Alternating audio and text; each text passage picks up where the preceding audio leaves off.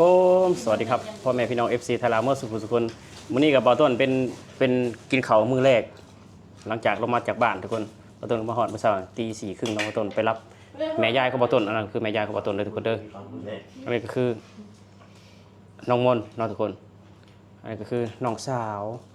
อันนี้ก็คือป้าคือลุงอันนี้ก็คือหลานทุกคนกินข้าวพี่น้อง ห้องพี่น้องกินข้าวได้ทุกคน กินข้าวเด้อพี่น้องเด้อ นี่ทุกคน กินแกงหอย อันนี้ก็คือกินมีแกงหน่อไม้มาจากบ้านทุกคนแล้วก็บ่าวต้นเฮ็ดลาบซีนแน่แล้วก็นี่ออมมะขี้ฮ้อยทุกคนออมหอยขมเนาะแล้วมีซุปมะเขือซิมือไม่เท่าบ่าวต้นยังบ่ได้พาไม่เท่าไปใช้ทุกคนไม่เท่าบ่าวต้นย่านความเจริญเพิ่นยังบ่อยากไปตอนนี้เพิ่นปวดขาอยู่ทุกคนนี่อันนี้คือนี่ทุกคนลูกหลานไม่เท่าบ่าวต้นได้นี่อันนี้คือลูกหลานไม่เท่าบ่าวต้นนี่มาพี่น้องมากินข้าวนำบ่าวต้นเนาะอันนี้คืออ้ายสมนลุงบ่าวต้นเนาะนี่คือแฟนเพิ่นนี่ทุกคนกินข้าวแบบนี้ได้ของบ่าวต้นทุกคนบ่มีโต๊ะมีหยังได้กินแบบนี้เอากินคือบ่อยากหย่ำซ่าแท้เป็นได้สมนแซ่บอยู่มีความรู้สึกอยู่แม่มาเป็นมีความรู้สึกจังไดแซ่บแม่มามีความสุขบ่แบบแม่ กินข้าวความเดือดความตาแบบให้แม่มาเห็นความเจริญนะถูกได้แล้วพี่น้องแม่เฒ่าเฮานี่ได้ขี่รถทัวร์ครั้งแรกบ่นี่ครั้งแรกขึ้นรถทัวร์บ่เป็นนะเราหาแนมหาเก้าอี้มองได้ยึกยักทาลูกเคยอยู่ว่ะเขาไปเสียเงินอยู่ในด้านนะกะยึกยักอยู่ว่ะเคยบอกเราว่าแม่เราเบิ่งเดินลูกเคยจังเราจะเห็นหยอกเจ้าแบบแล้วจะมีป่าเจ้าแล้วให้เจ้าย่าน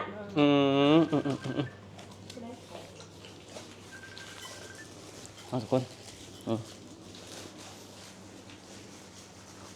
พ่อสาวน้องผู้หญิงยังกินข้าวเป็นน้ำบดีได้นั่งดีๆอันนั้นก็ร้านแม่ยายประต้นทุกคนเนาะมีแต่ลูกมีแต่ร้านเพิ่นแหละถูกกินข้าวสามัคคีเนาะในรอบสามคนก็กินข้าวกับแม่เฒ่านี่ก็รวม2 ปีเนาะหมดเนาะเฮ้ย2 ปีนี่กินข้าวกับแม่เฒ่าเนาะทุกคน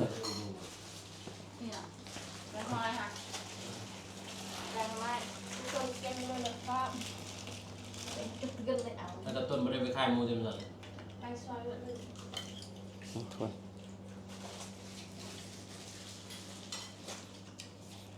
กินกับข้าวเหนียวกันคือวันทุกคนเนาะก็คาดว่าพาข้าวสามัคคีก็ต้องกินข้าวเหนียวเนาะเพราะว่าอาหารกินข้าวเหนียวถ้ากินข้าวเจ้าได้บ่ได้คือกันเนาะแต่ว่าอาหารหลักก็คือข้าวเหนียวนี่แหละทุกคนกินกับอ่อมขี้หอยเนาะแล้วก็ลาบคมคำใหญ่เลยแล้วก็ซุปมะเขือเนาะซุปมะเขือแบบว่าสูตรแม่เฒ่าเฮ็ดทุกคนสูตรแม่เฒ่าเฮ็ดเราใส่ข้าวคั่วได้แม่เฒ่าเฮ็ดซุปมะเขือเลยเนาะใส่มะระเอาคือใส่มะระให้มันคมหน่อยนึงซุปมะเขือสูตรแม่เฒ่าว่าต้นเพิ่นบ่ใส่ข้าวคั่วถ้าว่าต้นเฮ็ดใส่ข้าวคั่วทุกคนเอ้ยแล้วแต่ผู้มักเนาะนี่ก็ออมมะฮ้อยเนาะมะฮ้อยก็บ่ได้ซื้อเด้อพี่น้องแต่แม่เฒ่าว่าต้นเพิ่นไปงมอยู่หน้าปังเพิ่นมาปลาผู้เสือลายกินลายกว่าหมูคนท้องใหญ่กว่าหมูผู้เสือลายนี่เอากินหลายเคยไม่ว่ากินกับหัวอยู่แบบนี้เอาปะเส้นผมมาอยู่ข้าวไม่ได้มาบอกตั้งใจมาข้าวหน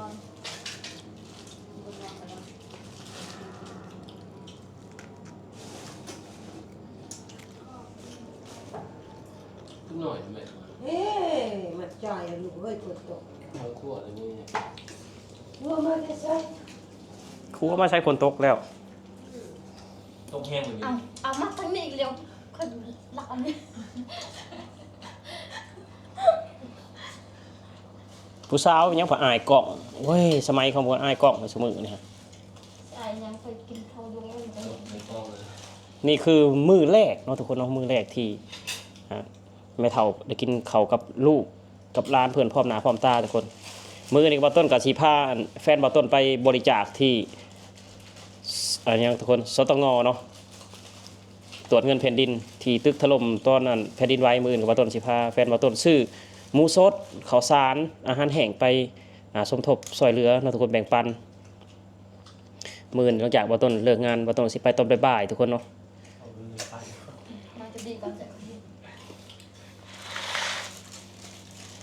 คือมื้อนี้บ่ต้นจะไปเบาแจ๊บกับมื้อนี้บ่ต้นมาก็เมื่อยเลยทุกคนฝนก็ตกแน่ก็เลยบ่ได้ไปมื้ออื่นทุกคนมื้ออื่นบ่ต้นสิไป เมื่อคนตกตกมืดมืด เพราะว่าคนตกโอ้ตาจะเดียว ฝ่าเต็มห้า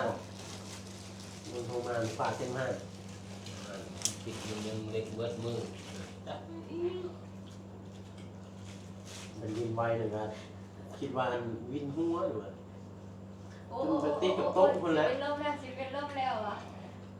ใช้เบิด บาราแท้เดียวเบิ่งที่ร้านพอโยก ยังแสบตัวใดแสบเพิ่น งานกันลบเดียวกันเกี่ยวตอมกันนี่อยู่นี่ก็สั้นแห้งอยู่ อืม มันทันแห่กำลังถอดขยะต้องคิดว่าเป็นดินมันนั่งลงก่อนนี่เป็นเบิ่งร เรา ถ จะแล่ลงมาจะตึกสูงๆแล้วเจลวัฒนะนะ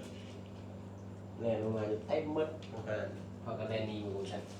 พวกชุดของแม่ลงมาแล้ว แล่แล้วอยู่ตึกไม่ให้มืด หมอไทยบอกว่าฉันเล่นไว้พอได้แรกก็มา ตึกเจลวัฒนะแตกหมดเลย แผ่นดินไหวตอนบ่ายจักโมงบ่ายโมงหน่อยเนาะ บ่ายโมง บ่ายโมง25เลยนะ พี่น้องเชื่อบ่ว่าแผ่นดินไหวตอนบ่ายโมงแต่แม่เฒ่าบ่ต้นฮู้จักตอน2 ทุ่มอ่ะฮู้จักแผ่นดินไหวฮะ เลิศมาก โทรหาลูกเคยโวยวายว่าเฮ็ดจังไดว่าเมียเจ้าอยู่พุ่นเฮ็ดจังไดว่าโทรหาได้แม่ว่าบ่ต้นคิดว่าเพิ่นฮู้ตั้งแต่3 โมง 4 โมงผู้ใด มันจะเก็บหมักหอย เพิ่นไปเก็บหมังหอยเพิ่นฮู้ตอน2 ทุ่มแผ่นดินไหวแม่เฒ่าบ่ต้นฮู้ทุกคนเลย มึงเทประมาทตายกับเป็นลายคนนะโอ้เป็นร้อยนับยังร้อยอยู่เบิดหมู่บ้านประเทศมานะคนไทยยังมีแต่จักยังหาบ่เห็นอยู่ จ้างไหนก็มีแต่พม่าคือจอยพม่า เฮ้ยเรา มาแล้วตายแบบแปะ เคยมียังว่า เป็นพร้อมจังจอย หอยมันมีลูกแล้วมันก็สิพร้อมนั่นหนึงทุกคนบ่คือหอยยามเดือน ก่อนจะกระ 11 12เนาะ ยังก็ลุงมาถามว่าอ้นกระปูหมดยังหมดแล้วมันหมดยามมาแล้ว หมดยาม หมดยาม มีไทยจังโดม อืมมันหมดยามว่ะ กินได้เหมือนกันเนี่ย แล้วถามว่ายังหมดยามมันไปบอกลุงว่าลุงภาษาลาวหมดยามคือยัง ให้อยู่เหมือนเลย นี่นะ พาใครจะกล้าเลยยูวีไม่ใช่เหมือนกัน ให้เราดูของคนเดียวเอาไปเที่ยว มันเป็นผ่าด้วยเนี่ย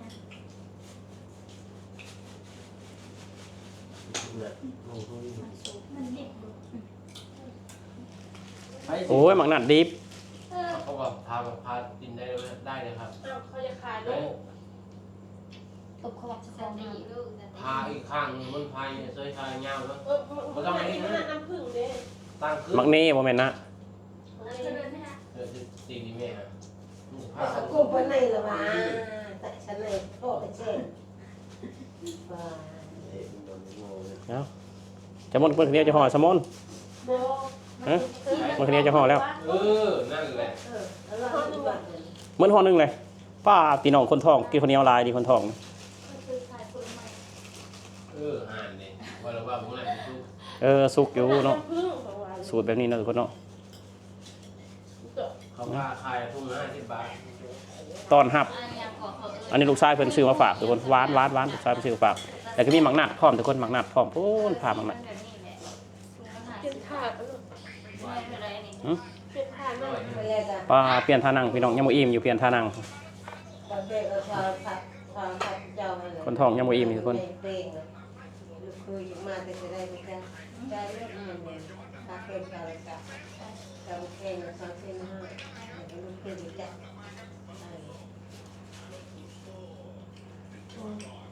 เลยไม่อยาก ทำ ทำ ได้นะ โอเคทุกคนสำหรับคลิปนี้เนาะขอต้นเสียเวลาพาจากไปแล้วทุกคนเนาะมาถ่ายไว้ให้พี่ให้น้องได้เห็นเนาะพาเขาสามัคคีเนาะพาเขาสามัคคีอยู่ในครอบครัวของบ่ต้นหรือว่าอยู่ในส่วนลายอยู่ในโซฟาลาวสิบ่มีโต๊ะทุกคนนั่งแบบนี้เลยนั่งกินพื้นๆแบบนี้เลยแบบว่ามันสิได้บรรยากาศอีกแบบหนึงทุกคนมันสิแซ่บแบบนี้ทุกคนกินแบบบ้านๆปกติเฮาก็กินอยู่ท้องไร่ท้องนากินอยู่หัวอยู่สวนก็นั่งกินอยู่ในพื้นเลยทุกคนเนาะ มาอยู่กรุงเทพก็บ่ได้มีโต๊ะทุกคนบ่ต้นก็นั่งกินไปเลยกับแฟนบ่ต้นก็ได้ว้าเราคำใหญ่อย่างดิ กินหมดยาเลย คราวนี้ห่อที่2แล้วนี่นะ ก็ทุกคนคนท้องกินข้าวเหนียว2ห่อละโอเคพี่น้องสำหรับคลิปนี้ก็ขอบคุณ FC ทุกคนขอให้ทุกคนปลอดภัยขอให้ทุกคนมีความสุขขอให้ทุกคนร่ำรวยสวัสดีครับผม